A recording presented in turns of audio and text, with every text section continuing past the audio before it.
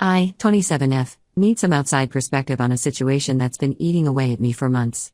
I've been dating my boyfriend James, 31M, for a year now, and while our relationship has been mostly amazing, his female best friend Sarah, 38F, is becoming a serious problem.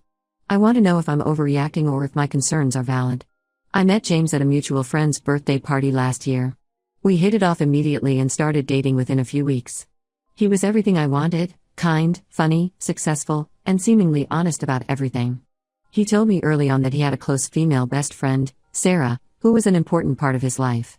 I was completely fine with this, as I've always believed men and women can be just friends.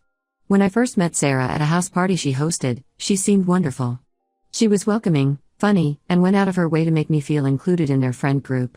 She invited me to girls' nights, tagged me in social media posts, and even remembered my birthday with a thoughtful card. I actually thought I had lucked out with such a friendly person in my boyfriend's life. The problem started about 3 months ago. I was at James's apartment helping him clean out some old storage boxes when I found a photo album. Inside were dozens of intimate photos of him and Sarah from what looked like a romantic relationship. They were kissing in some photos, cuddled up in others, and there were even some vacation photos where they looked very much like a couple. When I asked James about it, he seemed uncomfortable but admitted that he and Sarah had dated for 2 years in college. He said they realized they were better as friends and had maintained a close friendship since then. He also mentioned that Sarah knew he had told me about their past relationship because he believes in being honest with his partners. The change in Sarah's behavior after this revelation was dramatic and immediate. She stopped inviting me to any gatherings, removed me from her social media close friends list, and began acting noticeably cold whenever we were in the same room. She would barely acknowledge my presence and would only speak to James, often about inside jokes or shared memories that obviously excluded me. What really bothers me is their constant communication. They talk on the phone for at least an hour every day, sometimes multiple times. James always steps out of the room for these calls, saying he doesn't want to be rude. They meet up for coffee or lunch at least twice a week, and Sarah seems to always have some crisis that only James can help with. Last week perfectly illustrated this problem. We were in bed watching a movie at 11 p.m. when Sarah called crying about needing to move her couch immediately because she saw a spider behind it. Instead of telling her to call an exterminator in the morning, James got dressed and went to her place. He didn't return until 2 a.m., saying they ended up having to move several pieces of furniture because Sarah was too scared to sleep knowing there might be more spiders. Their social media interaction is another issue. Sarah constantly posts photos with James on her Instagram stories, but I discovered I can't see them. I only know about these posts because James reposts them on his story. When I checked from my friend's account, I could see all of Sarah's stories featuring James, which means she deliberately hid them from me. The situation became even more bizarre when I found out that Sarah is now best friends with James' ex-girlfriend Lisa, 55F. Yes, you read that age correctly. James apparently dated Lisa for a year before me, and now she and Sarah are inseparable. They show up together at bars and restaurants that James and I frequent, even though they both live in a different city. This feels deliberate and manipulative. Last weekend was the final straw. James and I were celebrating our 1-year anniversary at our favorite restaurant. We had just ordered our main course when Sarah and Lisa walked in. Despite the restaurant being nearly empty, they chose the table right next to ours. They spent the entire evening being loudly nostalgic about past events with James, clearly trying to get his attention. James looked uncomfortable but didn't ask them to stop or suggest we leave. I've tried talking to James about setting boundaries several times. His response is always the same: Sarah is going through a difficult time after her recent divorce and needs support. He insists their friendship is purely platonic now and very important to him. But I can't shake the feeling that Sarah still has feelings for him and is actively trying to sabotage our relationship. My friends are split on this issue. Half think I'm being paranoid and should trust James, while the others say Sarah's behavior is inappropriate and James needs to establish clear boundaries. I finally reached my breaking point and blocked Sarah on all social media platforms. I told James he needs to figure out this situation because I won't continue to be disrespected like this. Sarah's response was to tell everyone that I'm a horrible, controlling person who's trying to isolate James from his friends. She's even contacted James's family, telling them I'm manipulative and toxic. James's sister called me yesterday to say I should be more understanding of Sarah and Lisa's friendship with James, suggesting that maybe I'm the problem. I don't think I'm wrong for wanting boundaries in this situation, but the number of people taking their side is making me question myself. James keeps saying I'm the most important person in his life, but his actions don't match his words. Ida for putting my foot down about this situation. Update 1 first, I want to thank everyone who commented on my original post. The support and different perspectives really helped me see things more clearly. A lot has happened in the past 2 weeks, and I feel I need to share this update with you all. After reading all the comments suggesting I have a serious talk with James, I decided to confront the situation head-on. Last Sunday, I went to his apartment with screenshots of my post and some of the most insightful comments. I thought showing him how others perceived the situation might help him understand my perspective better. Initially, the conversation went well. James read through everything and seemed genuinely concerned about how his relationship with Sarah was affecting me. He admitted that maybe some boundaries needed to be set and promised to talk to Sarah about her behavior. We spent almost 2 hours discussing what healthy boundaries would look like: less frequent phone calls, no more late-night emergency visits, and more transparency about their interactions. Just as we were wrapping up our discussion, someone started banging on his door.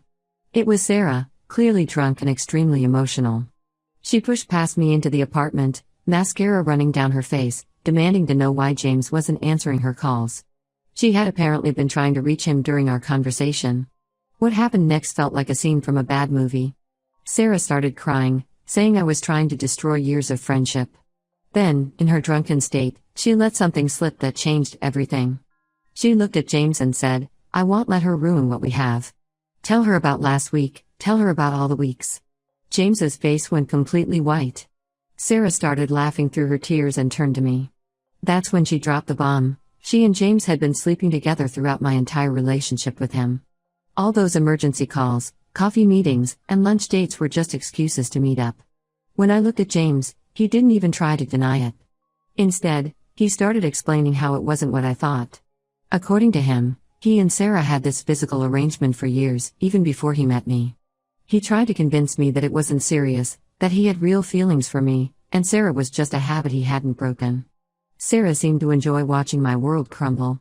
She sat on his couch, still slightly drunk, and started sharing details I never wanted to know. She told me about how they would meet up after our dates, how they laughed about me believing their friendship was platonic, and how some of their friends thought it was entertaining watching me be so clueless. I asked about Lisa, thinking at least that part had been true. Sarah actually laughed out loud. Lisa was just their cover story. Whenever they needed to meet up, they would say they were hanging out with Lisa. The 55-year-old ex-girlfriend didn't even exist. The woman I'd seen with Sarah at restaurants was just her friend playing a role to make their story more believable. I felt physically sick. Every memory of the past year suddenly had a new, twisted meaning. All those times James stepped out to take Sarah's calls, all those emergencies that needed his immediate attention, even our anniversary dinner interruption, it was all planned. I started packing up the few things I had at his apartment. James kept trying to stop me, saying he could explain everything better when Sarah wasn't there. He promised he could cut her off completely, that he would prove his love for me was real. But how could I believe anything he said anymore? As I was leaving, Sarah followed me to my car. She wasn't crying anymore. Instead, she had this satisfied smirk on her face. She told me I should have known James would never fully commit to someone like me when he had her. She said they had a special connection that no one could understand, and I was just a convenient distraction while she finalized her divorce. The past few days have been a blur. James hasn't stopped calling and texting from different numbers since I blocked his main one. He keeps saying Sarah was drunk and exaggerated things, that their relationship isn't what she made it seem. Sarah, meanwhile, has been posting subtle digs at me on social media, making it seem like I was the one who tried to come between them. Some of our mutual friends have reached out, claiming they wanted to tell me but didn't know how. Others are defending James and Sarah, saying their arrangement wasn't my business since it predated our relationship. A few even suggested that I should have known what I was getting into, given how close James and Sarah were. I'm staying at my sister's place right now, trying to process everything. Every time I think about the last year, I discover new lies and moments that should have been red flags. James is still trying to contact me through mutual friends, asking for a chance to explain his side of the story. But what explanation could possibly justify a year of lying and cheating? I know this update might disappoint those who suggested working things out with James, but I never imagined things would turn out like this. I feel like such a fool for not seeing what was right in front of me all along. Update 2: The situation has gotten even worse since my last update. After I moved out and blocked James on everything, I thought I could start healing, but more revelations kept coming. Last week, one of James's co-workers reached out to me. She had been feeling guilty about keeping quiet and decided I deserved to know the whole truth. She sent me screenshots of conversations between James and Sarah spanning our entire relationship. The messages were eye-opening and sickening. There were hundreds of messages planning their meetups, complete with elaborate cover stories to tell me. They joked about how gullible I was, with Sarah often mocking my trust in James. There were messages from nights I thought James was working late or helping friends move, when he was actually with her. Even worse, there were messages from our special occasions, my birthday, Valentine's Day, and even the night he met my parents, where they were planning to meet up after. The screenshots also showed that Sarah had been regularly sending James inappropriate photos throughout our relationship. They had a shared album where they kept intimate photos from their encounters during the past year. Some of these were taken in his apartment on days I had just left. When I confronted James about these messages, he finally broke down and told me everything. He and Sarah had been together for 5 years before I came into the picture. They kept their relationship casual because Sarah was married at the time. Her recent divorce wasn't because of her ex-husband's issues as James had claimed, it was because her husband discovered her long-term affair with James. Sarah's entire struggling after divorce act was fake. She had been planning to leave her husband for James all along, but they needed to keep up appearances until the divorce was finalized. I was just their cover story, a way to make Sarah's husband believe she and James weren't involved anymore. The friend group I thought was ours was actually all Sarah's friends. They had known about the affair for years and were helping cover it up. All those times they invited me out or acted friendly, they were just playing along with James and Sarah's charade. Some even helped create alibis for their meetups. Sarah has now moved in with James, and they've made their relationship public. They're spinning this narrative about how they've always been in love but timing was never right. James's family, who I thought were sympathetic to me, are now celebrating their relationship. His sister even posted on Facebook about how happy she is that James finally got together with the love of his life. Most of our mutual friends have taken their side. They're saying I should have seen the signs, that James and Sarah's connection was obvious to everyone. Some suggested that I was naive to think I could come between a relationship like theirs. Apparently, everyone in their circle knew about their history except me. The worst part is how they're rewriting history. On social media, they're posting old photos of them together, including some from the time we were dating, acting like they were just waiting to be together openly. Sarah posted a long statement about how true love finds its way, conveniently leaving out the part about cheating on her husband and deceiving me for a year. I ran into them at a cafe yesterday. They were sitting at what used to be mine and James's regular spot. Sarah was wearing his favorite sweatshirt, the one I used to wear when I stayed over. They looked so comfortable together, like they'd been a public couple for years. When they saw me, Sarah actually had the nerve to wave and smile, as if she hadn't helped destroy my life. James tried to talk to me in the parking lot. He said he never meant to hurt me, that he and Sarah just couldn't fight their connection anymore. He actually suggested we could all be friends eventually, once I got over my hurt feelings. I got in my car and drove away without saying a word. I keep discovering new lies. Even small things I trusted were fake. The weekend trips James took for work? He was with Sarah. The family emergencies that made him miss my friend's wedding? He was with Sarah. The late-night gym sessions?